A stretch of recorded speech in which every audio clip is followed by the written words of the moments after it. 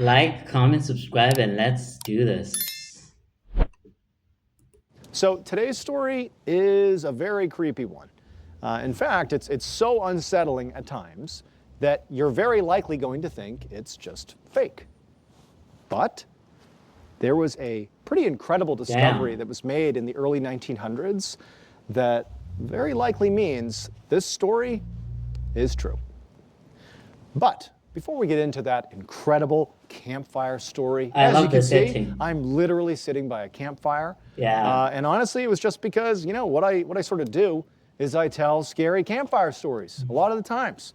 But I never actually sit by a fire. And so we decided, why not literally make a campfire and tell this setting. Like, he should do this more. And if this vibe is something you guys like, I'm more than happy to do more of these because this sort of breaks it up. It's cool. It sort of adds a new flavor to the channel. And so let us know if you enjoy this vibe, and we'll do more. And I think that generally speaking, when we do campfire, literal campfire stories, I'm going to lean towards the stories that are of the spookier variety. But before we get into today's story, if you're a fan of the strange, dark, and mysterious delivered in story format, then you've come to the right campfire, because that's all we do. And we upload 2, 3, even 4 times every week. So if that's of interest to you, please invite the like button to come to your campfire and cook some s'mores with you. But don't tell them you've secretly put firecrackers in their marshmallows. What? Okay, let's get into today's story. Let's go. Man, I'm pumped for this. It's been a while since I've watched MrBallen. With that song.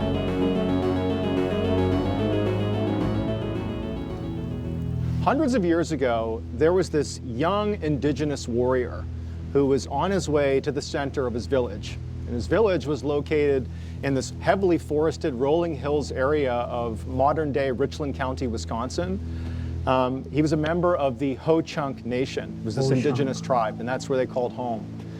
And as this young warrior, this strong, brave young man is walking towards the village center, he had been called there by his tribal chief. He sort of had an idea of why he was being called there. And sure enough, when he got to the village center and he sees his tribal chief, who's standing there with 9 of the other strongest and bravest men of the tribe, this warrior knew, his hunch was correct. So 2 days earlier, 3 teenage boys that were members of this tribe, they had gone out deer hunting in the. Off topic, but I do wonder, what did you have to do to become a warrior in a Native American tribe back then? Even now, do they have tribal warriors right now? I know it's kind of like a stupid question, but I just want to know, because in some tribes, people will still be warriors, although they do not engage in any war or anything, but they still get picked, if you know what I mean. So I want to know if it's still the same in Native American tribes. If somebody knows that, please put that in the comments. Wilds right outside of their village. Again, this is a heavily forested, beautiful rolling hills area. And these teenagers had not come back. They had just been gone now for 48 hours. And their respective families were worried. And they had been, telling the tribal chief that they really needed to send out a search party for them, but the chief had sort of held off, in part because it wasn't entirely uncommon for hunters, even young hunters, to go out for a couple of days at a time. But the family, they had a bad feeling about it. And so finally, the tribal chief relented 2 days in, and he was calling a search party together to go look for these young men. And so the warrior who's walked into the village center here, he was being asked by the tribal chief to lead this search party effort. He was going to be in charge of these 9 other men. And so, the warrior, in truth, he sort of felt like it was overkill to put together this huge search party for these teenagers that in his mind, he really did think they were just fine, but he didn't want to undermine the tribal chief, and so he said, of course, always give it your best. You never know. The warrior, along with the 9 other, strong, brave members of the tribe. They gather up some weapons and some food and water because they didn't know how long the search was going to take. They said goodbye to the members of the village, and then they exited the village in the same direction that basically all the hunters would go when they would go on hunting expeditions. There was like sort of a well-worn path that led out into the wilds of the forest. And so the warrior, who's again leading this search party, he was a skilled hunter himself. And as he's walking along this well-worn trail, he quickly found the tracks of these teenage boys. So they identified the tracks. And, right away, the warrior's thinking, this is going to be...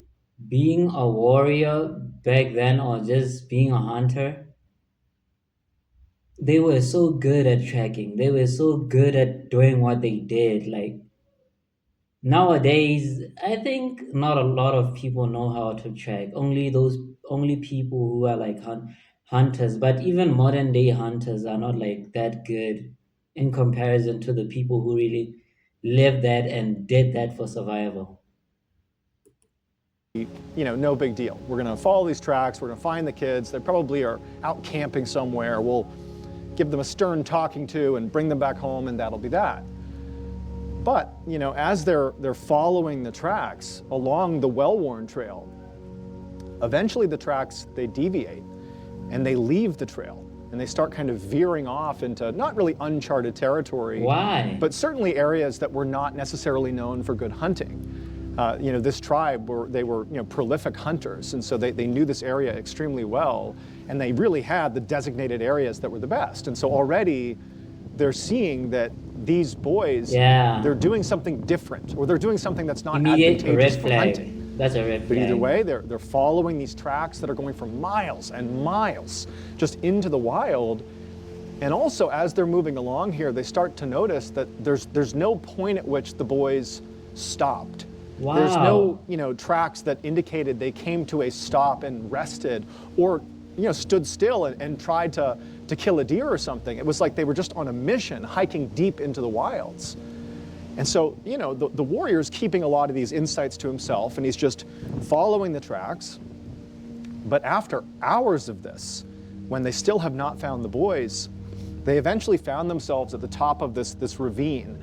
And as they're looking down into it, they realize that they've gone so far, not only away from their village, but so far off, the beaten paths that they were familiar with from all their hunting, that they knew this was an area that they really had never been to before, and they had no idea, what was down in the ravine or what was beyond. This is sort of uncharted territory for the warrior and the search party. But what they did know is that the tracks of these teenage boys continued down into this ravine, and so down the ravine they went. And then when they got to the bottom of this steep ravine, the trees kind of cleared out a little bit, and right in front of them, where the tracks continued, is this opening to a cave. And it's so dark inside that they really have no sense of how far back it goes or anything, but they see the tracks that they're following of the teenagers lead into that cave. But there are no tracks coming back out again.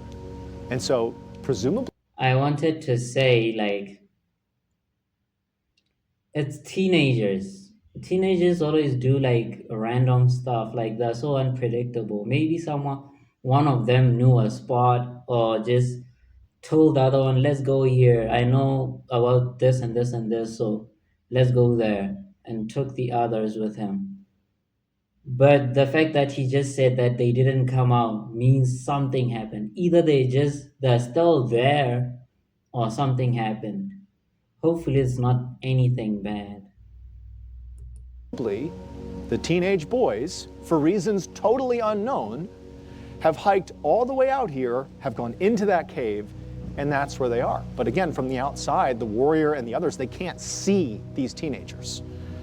And so naturally, the group, they walk up to the mouth of the cave, and even up close, it's starting to get a little bit dark outside, but there's still some daylight.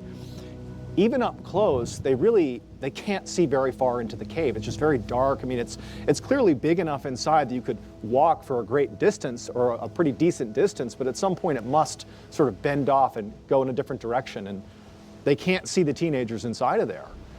And so the warrior at this point, has a level of apprehension here because he doesn't know this cave. He doesn't know this area. He Yeah. doesn't know what's happened to these teenagers. He doesn't know if they're okay or not in there. He Yeah. doesn't know if there's a predator or something Good inside of this cave. decision. And so what he does is he decides, okay, I'm going to send 2 of my men of the search Wow. party in there to scout this out. And the Like, rest of it's us will not stay out funny, here but and just wait. And so he designates the 2 who say, okay, and they go into the cave. And so the warrior and these 7 other men that he's with are just standing outside of the cave, and they're really like, bro, that's not funny, but I know myself, bro. I know myself. I would have immediately told them, nah, let's go in together, bro. Like, that's being a leader. I feel like that decision is more of like being a boss, but if you're a leader, you'd lead them inside. Like, that would give me more confidence in your decision. Don't say go in there. Let's go together.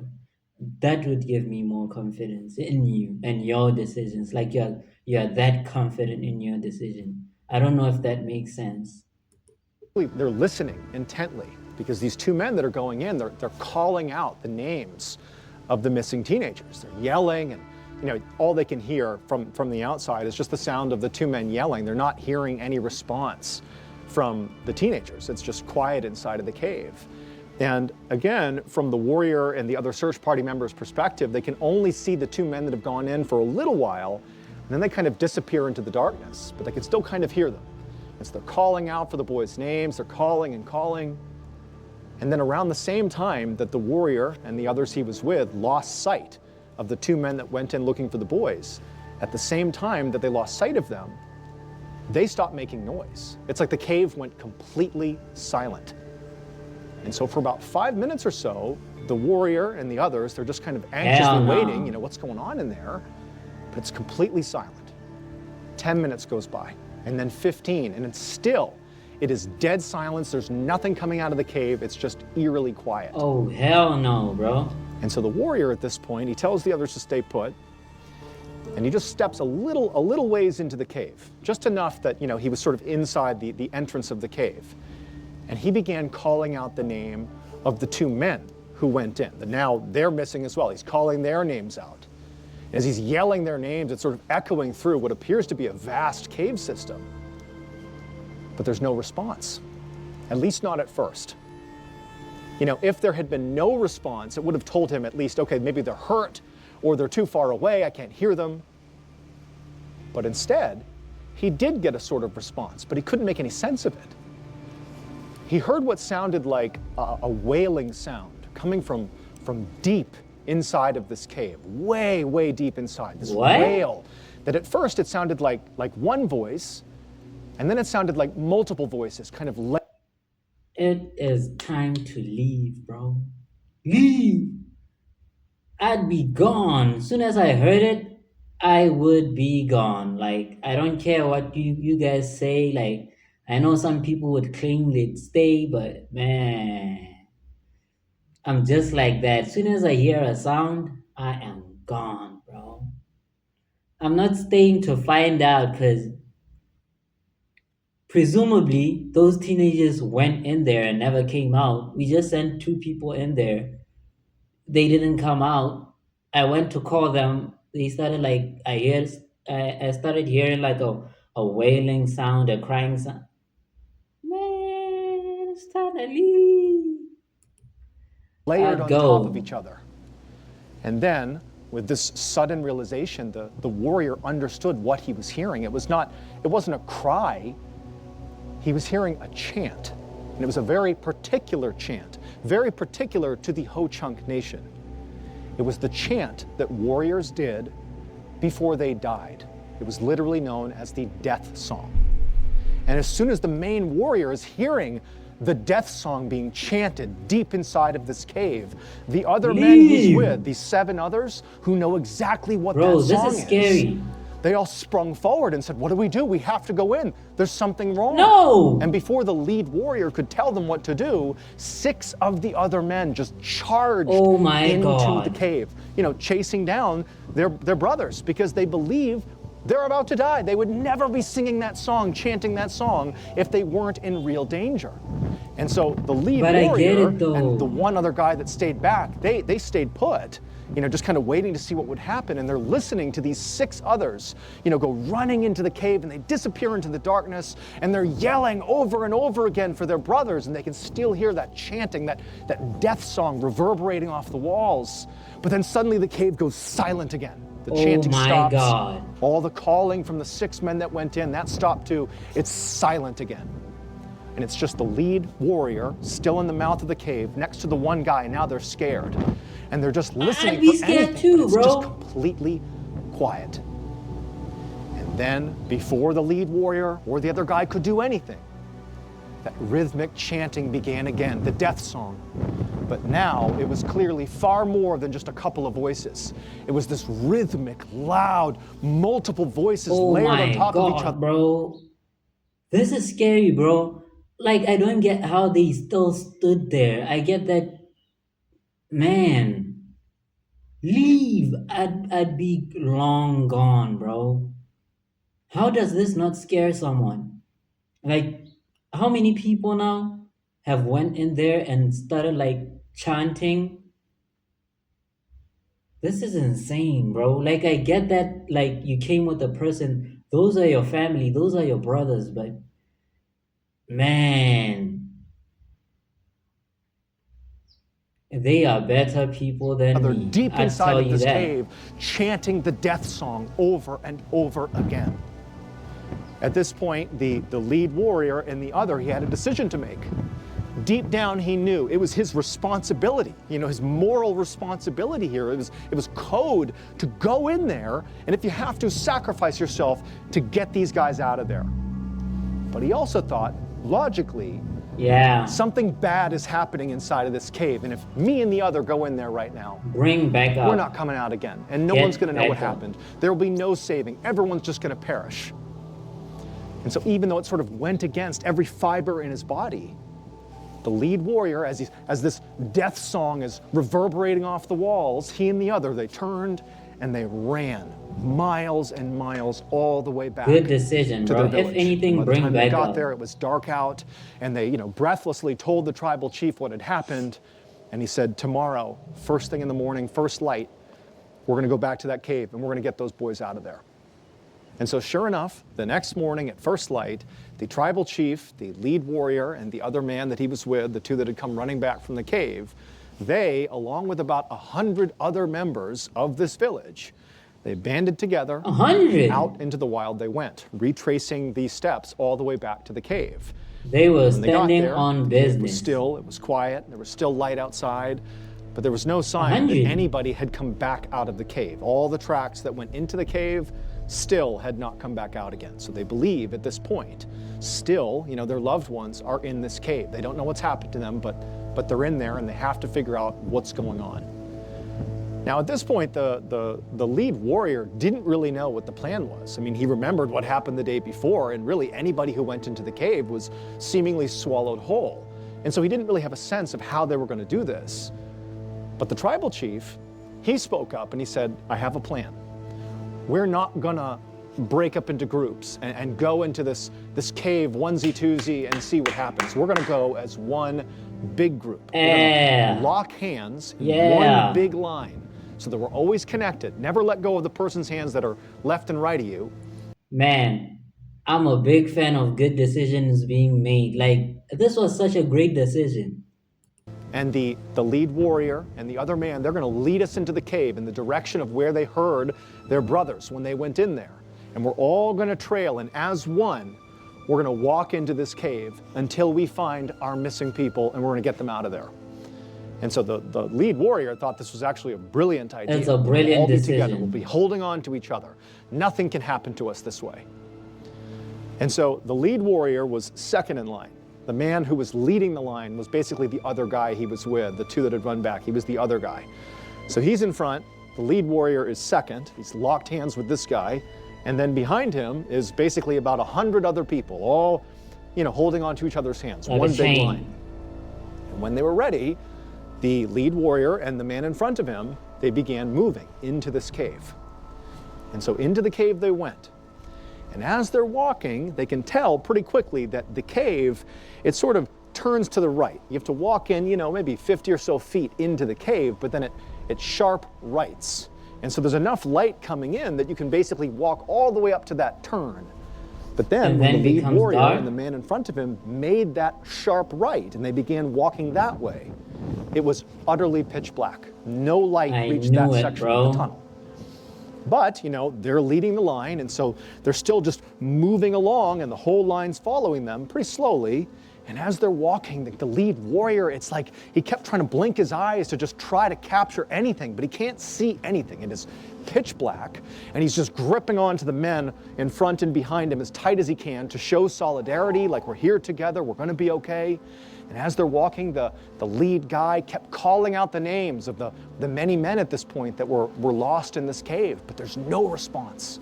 And as they're walking and shuffling along, again, they can't see anything. The walls are getting tight. Oh my God. They hear from somewhere deep in the cave the death song. The chant begins low and slow, and it begins to build and gets louder and louder and louder. And at this point, because they're all locked together, you can't really get out very quickly. They're well into the cave at this point. They can't see anything, and it's like the walls are echoing, and it's booming in their chest, this chant that's only done when you're on the brink of death. I would have been at the back of that line, bro. At the back. Like, the news will have to find me at the back of that line, bro. This is scary, and it's a true story too. By the way he said it, like it's a true story. And so as they're walking along, the lead warrior, he's trying to grip as hard as he can to the man in front and behind him, showing them, keep going, it's gonna be okay. But then he felt the hand of the man in front of him, the line leader, go slack. Oh. And before he could grab it again, the man's hand was out of his. And he's reaching out in front of him. Oh my God. And he can't see him, but he can't feel him either. It was like he vanished. And so now the lead warrior, he's the front of the line. He has no idea what's going on. And he wants to just stop and turn and leave. It's getting so overwhelming. And he's about to do that, but he just feels like there's this force pulling him deeper into the cave. What? And then before he can do anything else, he opens his mouth and he begins to chant the death song. At the same time this is happening, deep inside of this cave, the tribal chief, along with a couple of others who had not joined the line, they were still out. Bro, I'm sorry for pausing, but what could it be though? Like, could it be like some sort of like poisonous gas, or like, some caves like are like that. For example, like caves where people used to mine and they bring like a canary. Maybe it was like that. We'll hear what he has to say, but if I were to guess, that would be my guess. Like some kind of gas is like killing the people or something. Are they like, I don't know, man. But this is an insane story so far, and it's very scary. I don't know how it feels to be in like pitch black darkness, no light at all, and the person you're holding on to just goes slack, and you can't feel them. You can't feel them anymore. I would go into a panic. Outside of the cave. They've heard something going on in the cave, but it's dull. They can't really hear too much. There's something going on, but there's 100 people walking into the cave. They presumed there'd be noise. But suddenly, there was this obvious commotion, panic, erupting from deep inside of the cave. And before he knew it, all these people are coming running out of the cave, scared to death. They come bombing out of the cave. And at this point, the tribal chief knows something horrible's happened, and so he rounds everybody up. He does a head count and realizes over a dozen people are gone. They did not come back out again. And the cave that minutes ago was full of this death song and chaos and panic is silent once again. At this point, the tribal chief sort of designated that it must be the case that there's something evil inside of this cave. There's an evil spirit, there's something in this cave that is taking our people and they're vanishing. They're being swallowed whole by this cave. It's evil. And so from that moment, he forbid anyone from the tribe of ever stepping foot in this cave again. That's the only we way. cannot lose anyone else. Our best bet is to go back to the village Yeah, and bro. hope that these men, these brave warriors, eventually find their way out again. And so the tribal chief and the And rest of close it off these too, bro. devastated villagers, back to the village they went. And over the next couple of days and weeks, no one came out of that cave. Damn. And as weeks turned into months, it's like the villagers, they couldn't really move on because they were not able to collect their loved ones' bodies or get any sort of closure. It's just this unbelievable mystery, this terrifying mystery that had ripped the entire tribe apart. And so eventually, after months and months had passed, and still no one has any idea what's happened, no one's come out of that cave, the tribal chief finally just said, we are going to basically board up the cave. We're going to cover it with rocks. Effectively, it is now a tomb, and that'll be that. No one will ever go back in. They have a this good cave will chief, never claim bro. another life. And so that's what they did. They used huge boulders, and they completely He's blocked the making entrance. all the right And that was decisions it. so far. Now, that was the story that the Ho-Chunk Nation passed down for generations about what happened to all those people, the warriors and the teenagers and all these people, that they were swallowed alive by this cave. And over many years, I mean, many members of this tribe, that heard the story, they didn't know what to make of it. Is it real? Is it just folklore? We don't know. But then in 1930, so hundreds of years later, a chilling discovery was made. So in 1930, there was this guy named Paul Seifert, who in Richland County, Wisconsin, he was sort of a well-known antique dealer. And something he really liked to do was he would go hiking in the forests of Richland County, the rolling hills, and he would look for indigenous artifacts that were left behind from, like the Ho-Chunk Nation and other indigenous tribes that were in the area. Sometimes he'd find, an arrowhead or something on the ground or pottery. Do indigenous tribes in America have their own museums where they put like stuff from that tribe from the past, where they like display it for future generations to see it, to learn? Like, I want to know that. Or is it just that put in normal like museums in America, not those owned by the tribes? If somebody knows if the tribes have museums for themselves, for their people, please put that in the comments, because I really want to know. Because you cannot have people always like profiting off of your stuff. You get what I mean? Or whatever it was. But he liked hiking, he liked being out in nature, and this was something he would look for. And, if he found something good enough, he could sell it in his antique shop. And so he's out walking the hills of Richland County, and he's well off the trail. He's sort of out in the sticks, and he finds this ravine. And he walks down the ravine, and it comes to this clearing of sorts. And he notices on the other side of the ravine, the slope that goes back up, he saw what looked to be almost like a memorial or something, like a stack of rocks that looked sort of out of place. And there was like moss and grass that had sort of grown over it. But he immediately identified that there's a mound of something here that looks a little bit out of place. Yeah, it's probably so the he walks closing over, off. and he begins sort of pulling off some of the rocks. And he realizes pretty quickly that this was put here on purpose, this pile of rocks, these boulders and all this was put here on purpose. And so after pulling off enough of these rocks, he realizes that there is a cave on the other side. Bro is releasing Now, it would take demon. quite a bit of work to pull off enough rocks that he could actually get himself inside of this cave, but eventually he did. And once he was inside of this cave, the same cave the Ho-Chunk Nation had dealt with hundreds of years earlier, he's like, wow, like this cave, it's been blocked off. I wonder what's inside of here. Maybe there are incredible indigenous artifacts inside of here.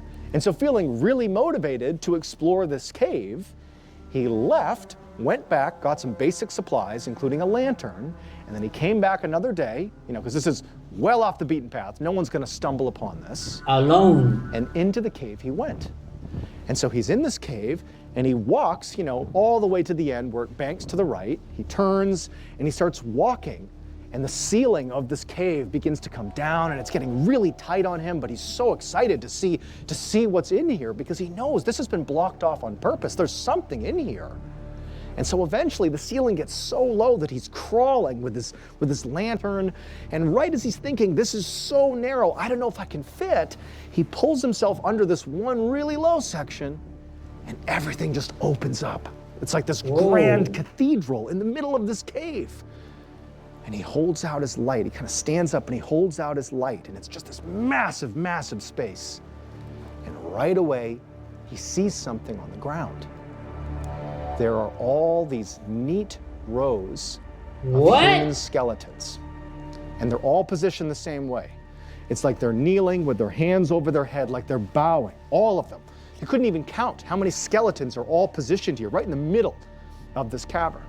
And so he's looking at all of these bodies, and he's gasping. He can't believe it. Oh my God, he brings the bro. light sort of in the direction that all these bodies are aiming towards, all the bodies are praying towards. And carved into the rock is this enormous chair, like a throne. And there was nothing on the throne. Hell no. And Paul, when he saw that and all these bodies and just the fact that he's deep inside of this cave, he was spooked, even though there could have been a sea of artifacts. Man, this is the stuff of nightmares. Like this is a movie. I don't know what to tell you, bro.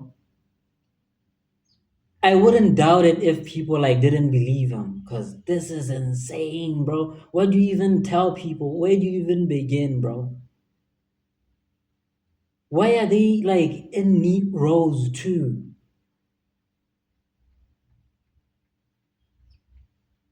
He could have taken, he just turned and he bolted. He crawled out of there and he left the cave as fast as he could.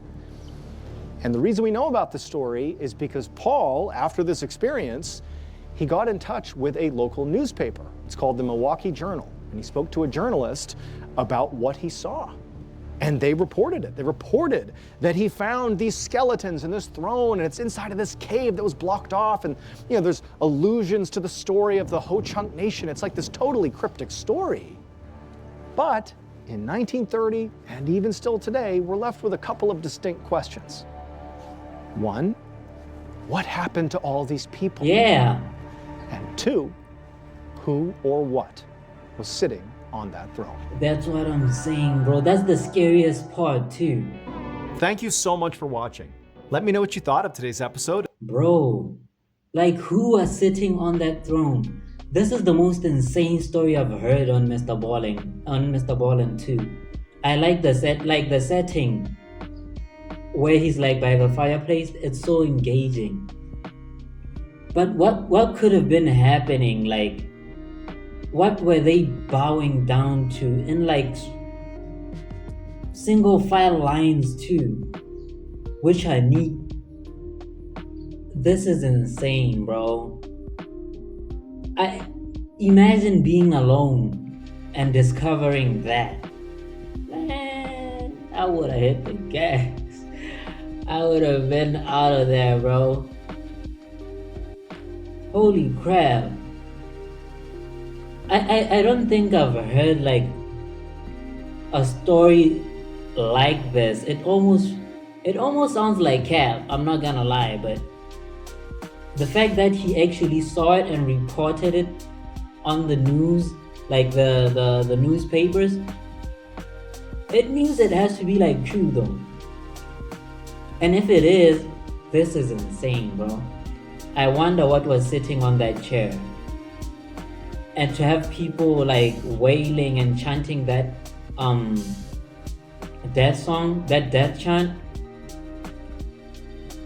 But I do hope the Ho-Chunk tribe did get the skeletons of their people back and all their treasures back, if there were any. Like I hope they got those back, if anything. If you want me to watch any MrBallen video, any specific one, please put the links in the comments so I can know which one you want me to react to. And on that note, thank you for watching, and I'll see you on the next one.